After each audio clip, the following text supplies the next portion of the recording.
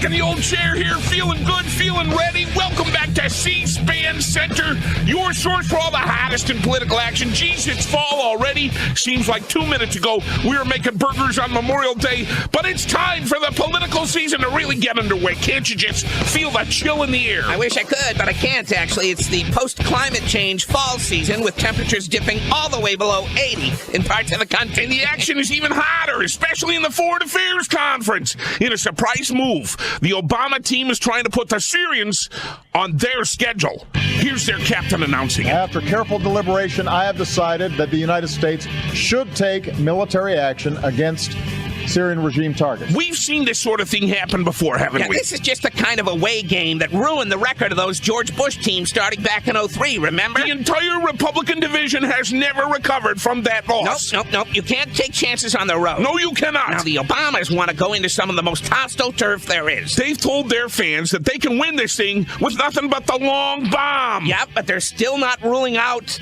the ground game. But to even schedule that game, they got to beat a congressional team that is known for its blocking ability. Yeah, here's GOP wingnut Jeff Duncan executing an illegal chop block. The administration has a serious credibility issue with the American people due to the unanswered questions surrounding the terrorist attack in Benghazi almost a year ago. And Obama ball carrier John Kerry wants a penalty called. We're talking about people being killed by gas, and you want to go talk about Benghazi and Fast and Furious. And I got to ask, I got to throw this out there, I got to ask, why do the Obamas even want this game? I know, right? Why? They claim the Syrians were offside. First of all, I didn't set a red line.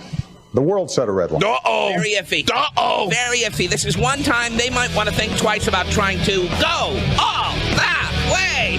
Coming up next, rookie sensation George Zimmerman, known for his slipperiness, shows his speed. You get it? It's going to be that kind of year. So I should shoot myself now. Or let George do it. No, okay. Keep it tuned to C-SPAN Center.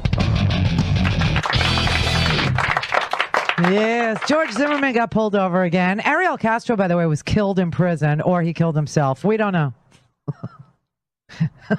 What did I say? What did I say about Ariel Castro going to prison?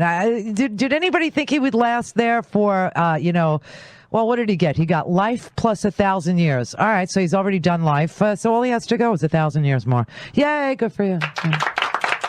There were 900 and something counts against Ariel Castro, right? 900. So he did 45 days. He gave 45 days for each count or something, 45 minutes for each count.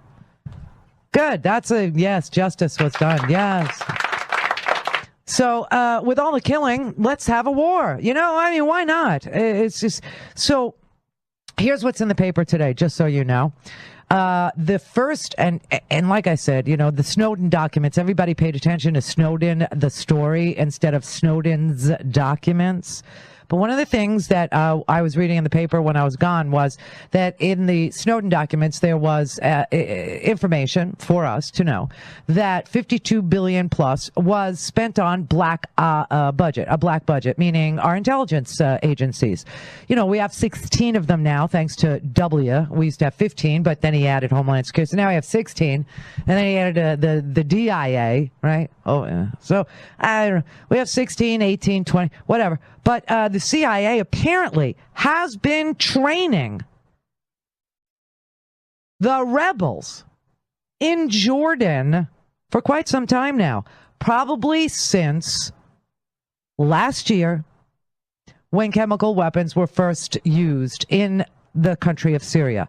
Now, the UN inspectors were on the ground. This is the weirdest story ever. They were on the ground inspecting when the next release of chemical weapons occurred, August 21st.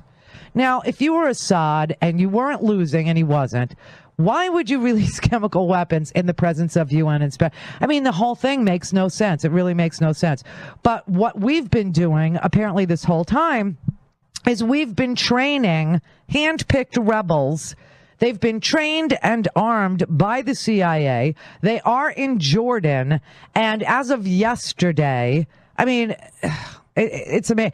The Wall Street Journal yesterday reported that McCain was saying how shameful it was that the United States, promised arms for the opposition and failed to deliver, but now we were delivering. all of a sudden. We were delivered like overnight, we're UPS of weapons, we can get it to you when you, American Express positively have to.